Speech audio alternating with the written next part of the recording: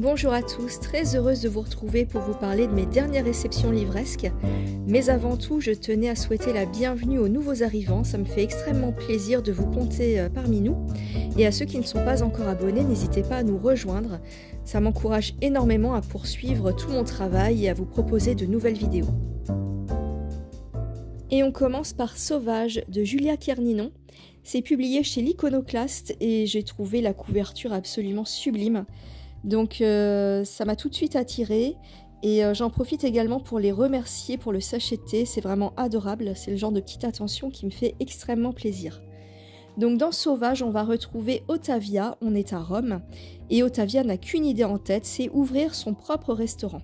Donc elle va foncer tête baissée et elle pense avoir fait le bon choix, jusqu'au jour où un homme surgi du passé va venir lui faire un aveu, et là tout va se chambouler dans sa tête, elle va tout remettre en question. Alors je me demande vraiment ce que l'homme va venir lui dire, ça m'intrigue beaucoup, et je pense le lire très prochainement, donc à mon avis vous en aurez des nouvelles rapidement. N'hésitez pas à me dire en commentaire si vous connaissez les livres dont je vais vous parler aujourd'hui, ce que vous en avez pensé, ou alors s'il y a des livres qui vous intéressent. L'Abvona d'Otessa Moshfegh, c'est un livre qui tourne beaucoup sur le BookTok anglo-saxon et il m'intrigue énormément.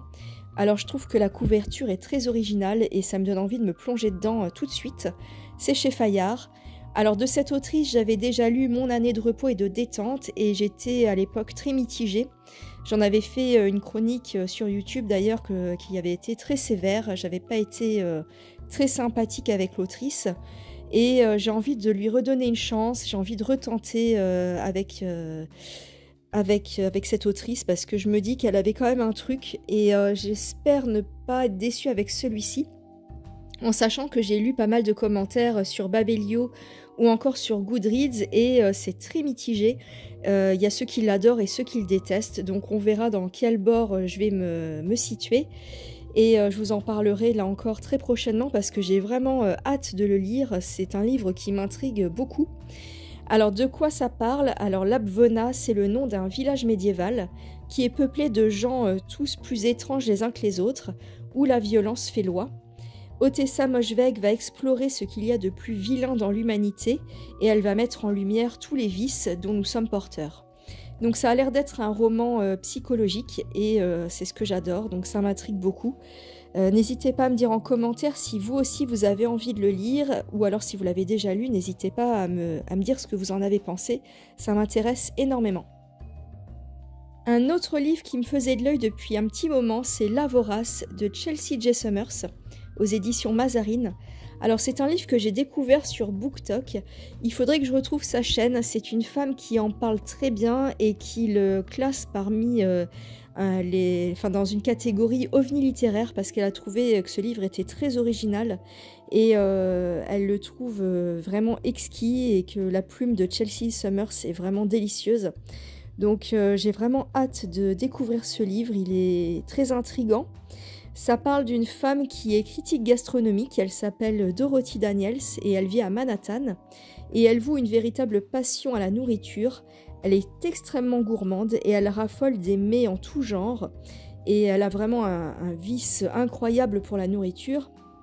Mais ça ne s'arrête pas là parce qu'elle a aussi envie de dévorer ses amants. Donc telle une menthe religieuse, elle va s'adonner au cannibalisme. Et après avoir eu des relations avec eux, elle va tenter de les dévorer. Donc là encore, je pense qu'on est sur un livre très original et que j'ai moi aussi envie de dévorer de toute urgence. J'ai vraiment hâte de me plonger dans ce livre. Alors que ce soit l'Abvona ou celui-là, je pense que c'est les deux livres qui me tentent le plus et dont je vais vous parler très prochainement à mon avis. Donc si ça vous intéresse, n'hésitez pas à revenir sur la chaîne prochainement. Je pense que vous en aurez des nouvelles dans le courant du mois. J'espère que ce sera pas trop gore et que ce sera au contraire très subtil. En tout cas, si ça l'est, je pense que ça a beaucoup de chances de me plaire. Blanche ou la bonne étoile de Catherine Delord. Donc c'est un roman historique publié aux éditions Héloïse d'Ormesson.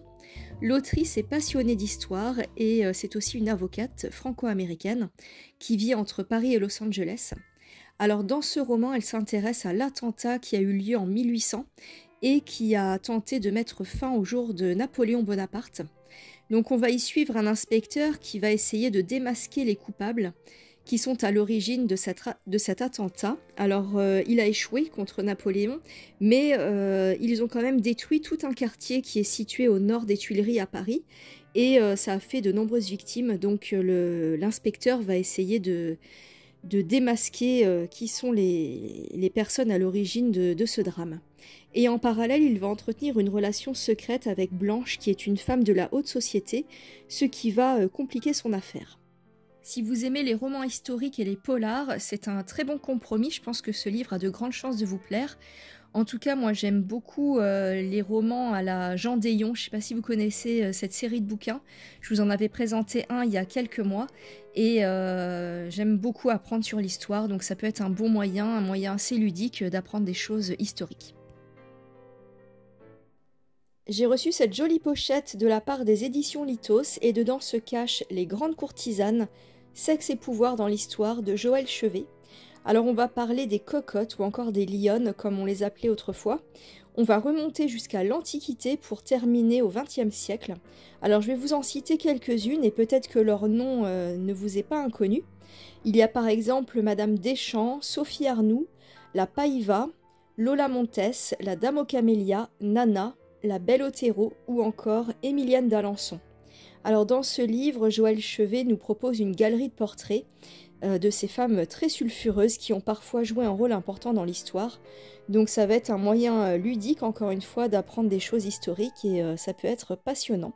Je ne sais pas si ça vous intéresse, mais en tout cas, moi, ça me plaît plutôt pas mal. Quelques mots adressés à la femme ou à l'homme qu'on aime, quoi de plus émouvant et romantique.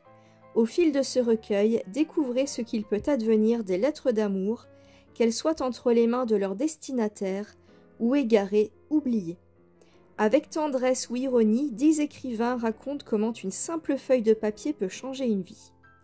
Alors dans ce recueil, vous allez découvrir les lettres très intimes de quelques grands auteurs comme Guy de Maupassant, Anna de Noailles, Maurice Leblanc, Alphonse Allais, Marguerite Audoux et bien d'autres. Donc si vous êtes d'humeur romantique, je vous conseille ce petit recueil. C'est aux éditions de l'Aube dans la collection Micros Classiques. Et j'aime beaucoup cette collection. Je vous ai présenté d'ailleurs sur la chaîne d'autres petits livres. Donc ça se lit vraiment très vite, très simplement. C'est assez court, donc vous passerez sûrement un bon moment si le thème vous intéresse. Donc voilà, c'en est tout pour ce book haul. Il était très court, mais j'avais très envie de vous parler de mes dernières réceptions. J'espère que ça vous aura donné des envies de lecture et quelques idées. Donc n'hésitez pas à me noter tout ça en commentaire s'il y a des livres qui vous ont intéressé ou si vous en connaissez certains. Et quant à moi, je vous dis à très vite. On se retrouvera sûrement pour le très célèbre bilan de la fin d'année et peut-être même pour un point lecture. Donc à très bientôt.